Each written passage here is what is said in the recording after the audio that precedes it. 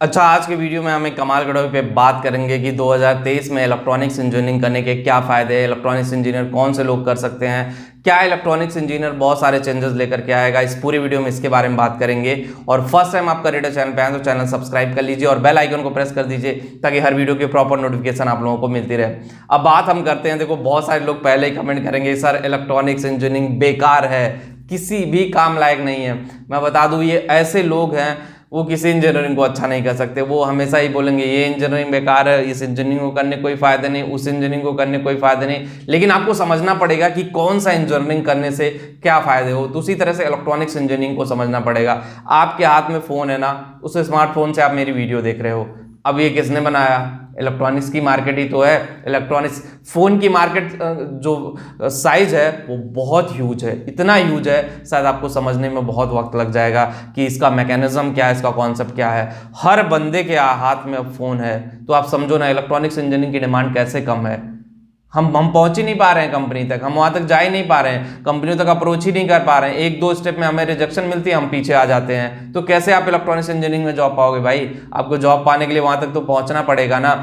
अगर हम बात कर लें स्कोप की बात, फ्यूचर स्कोप, तो काफ़ी अच्छा खासा देखो सोलर एनर्जी में, सोलर प्लांट में ऑब्वियसली इलेक्ट्रॉनिक्स इंजीनियर जा सकते हैं। ह्यूज करियर ऑप्शन है, बेस्ट करियर ऑप्शन है, वहाँ पे मिल सकते हैं। उसके अलावा अगर हम बात करें मैन्युफैक्चरिंग यूनिट्स में, जो भी मोबाइल मैन्युफैक्चरिंग की है, एलसीडी मैन्युफैक्चरिंग की, एलसीडी अब हर घर में मोबाइल फोन है, हर घर में इलेक्ट्रॉनिक्स गैजेट्स हैं। तो आप ये कैसे कह सकते हो कि इलेक्ट्रॉनिक्स इंजीनियरिंग का डिमांड खत्म हो रहा है? कुछ ना कुछ प्रॉब्लम आप में ही, तभी जाकर के आप जॉब नहीं पा रहे हो। क्योंकि कब तक आप बेरोजगार रह सकते हो? 1 साल, 2 साल, 3 साल, 5 साल, 10 साल, इतना लंबा टाइम नहीं रह सकते हो। साल भर बहुत एनफ है। तो आपको सोचना पड़ेगा, रीथिंक करना पड़ेगा कि अगर आप इलेक्ट्रॉनिक्स इंजीनियरिंग कर रहे हो, चाहे बीटेक कर रहे हो, चाहे पॉलिटेक्निक कर रहे हो, तो वो सोचना पड़ेगा कि आप क्यों नहीं जॉब पा रहे हो, क्या कंपनी आपको क्यों रिजेक्शन दे रही है। देखो रोबोटिक्स की मार्केट भी बहुत अच्छी खासी मार्केट है, इलेक्ट्रॉनिक्स वाले रोबोटिक्स में भी जा सकते हैं। उसके अलावा अगर हम बात करें प्लांट बेस्ड जॉब है, इलेक्ट्रिसिटी वाले जो प्लांट है, प्राइवेट प्लांट, वहां पे भी जॉब पा सकते हो। यहाँ पे मैं अभी प्राइवेट इंडस्ट्री की बात कर रहा हूँ, गवर्नमेंट इंडस्ट्री पे नहीं मैं गया हूँ,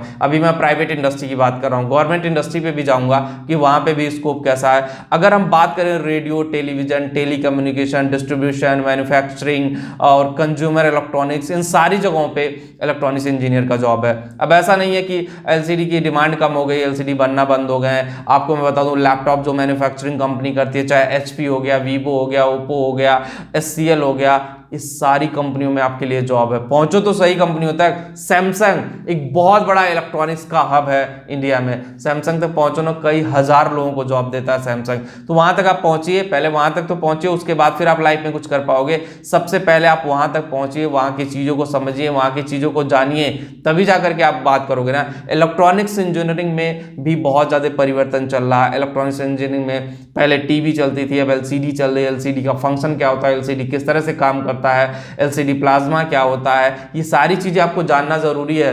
बुक में नहीं मिलेगा भाई, बहुत सारी टेक्नोलॉजी अपग्रेड हो गई। इंजीनियरिंग बुकों को, इसीलिए तो मैं बोल रहा हूँ इंजीनियरिंग की किताबों को अपडेट करो। कब करोगे?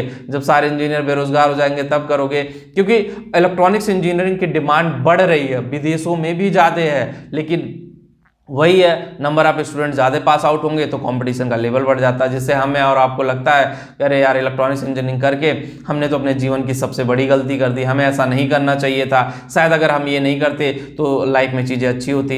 इलेक्ट्रॉनिक्स इंजीनियरिंग चाहे आप पॉलिटेक्निक कर रहे हो, चाहे डिप्लोमा पॉलिटेक्निक डिप्लोमा कर रहे हो, चाहे बीटेक कर रहे हो, दोनों में स्कोप है। सोनी हो गई, पैनासोनिक हो गई, एलजी हो गई, जितनी भी बड़ी बड़ी उसके बाद आप ये कह लो ऑटोमोबाइल इंडस्ट्री में भी इलेक्ट्रॉनिक्स इंजीनियर के लिए दरवाजे खुले हैं। ऐसा नहीं है कि ऑटोमोबाइल इंडस्ट्री में नहीं, ऑटोमोबाइल इंडस्ट्री में भी इलेक्ट्रॉनिक्स इंजीनियर के लिए दरवाजे खुले हैं। सॉफ्टवेयर इंडस्ट्री में भी खुले हो। मैं खुद इलेक्ट्रॉनिक्स इंजीनियर हूँ, मैंने अपने आप को सॉफ्टवेयर इंडस्ट्री में लेकर के गया। क्यों? क्योंकि मुझे इलेक्ट्रॉनिक्स इंडस्ट्री में इंटरेस्ट नहीं था, और ये शुरू से शायद मुझे जानने में, मुझे कोई बताने वाला उस टाइम नहीं था, उस तरह यूट्यूब चैनल नहीं था, इस तरह से 10 लोगों से हम पूछ नहीं सकते थे, गिने चुने इक्के दुक्के लोग इंजीनियरिंग करते थे उस टाइम जब हम करने आए थे। तो तो ऑब्वियसली ये सारी चीजें इसलिए मैं आपके साथ शेयर करता हूँ, शायद आपको कंफ्यूजन ना हो, शायद आप अपनी लाइफ में प्रॉब्लम ना फेस कर सको, शायद आपकी लाइफ में चीजें अच्छी हो, शायद आप अपनी लाइफ में बहुत अच्छा कर सको, तब जाकर के आप अपनी लाइफ में आगे बढ़ सकते हो। तो इसीलिए मैं आपको ये सारी चीजें बता रहा हूँ, ये सारी चीजें जानना, उसके बाद उसको अप्लाई करना,